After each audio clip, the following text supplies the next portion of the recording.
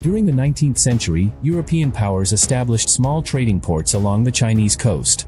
This was exactly how colonization began in regions like Africa and India. However, this was not the case in China. Unlike these regions, no foreign colonies were established deep within the Chinese mainland. Most of China managed to avoid full-scale colonization.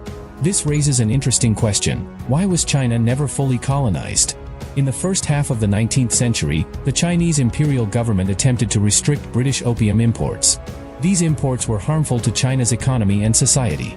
In response, Britain launched the First Opium War in 1839. The war resulted in a British victory. As a consequence, Britain secured the right to trade opium. They also gained control of Hong Kong, along with other concessions. This marked the beginning of a series of defeats for Imperial China. Over time, China suffered losses to European powers, the United States, Russia, and Japan.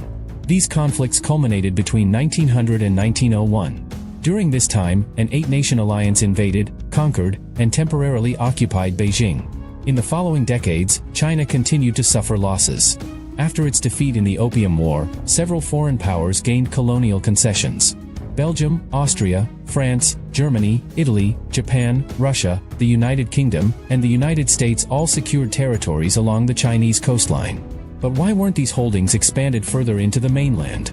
The first reason was China's military strength on land. While China was easily defeated at sea due to its outdated navy, it remained a formidable power on land. Until 1900, China had the largest army in the world. This army was undergoing modernization. China demonstrated its military capability in several instances. In 1881, it successfully pressured Russia to retreat from disputed territory under the threat of war. This proved that China could still pose a credible military challenge. In 1885, the Chinese army won land battles against France.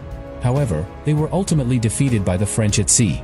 Furthermore, China's modernization efforts made the West perceive it as an emerging military power. Even during the occupation of Beijing in 1900, China was not fully defeated. It retained enough military strength to negotiate acceptable terms in the resulting peace treaty. The second reason was the role of the United States.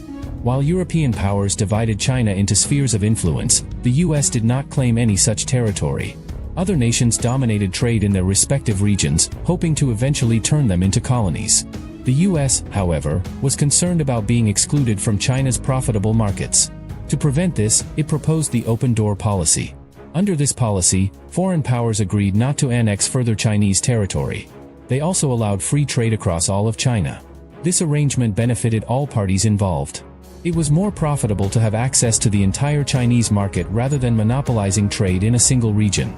Thus, China remained unconquered by colonial powers. This changed in the 1930s when Japan invaded China. After World War II, all foreign powers gradually relinquished their colonial concessions in China. One by one, these territories were returned. The last handovers were British Hong Kong in 1997 and Portuguese Macau in 1999. And with that, thank you for watching.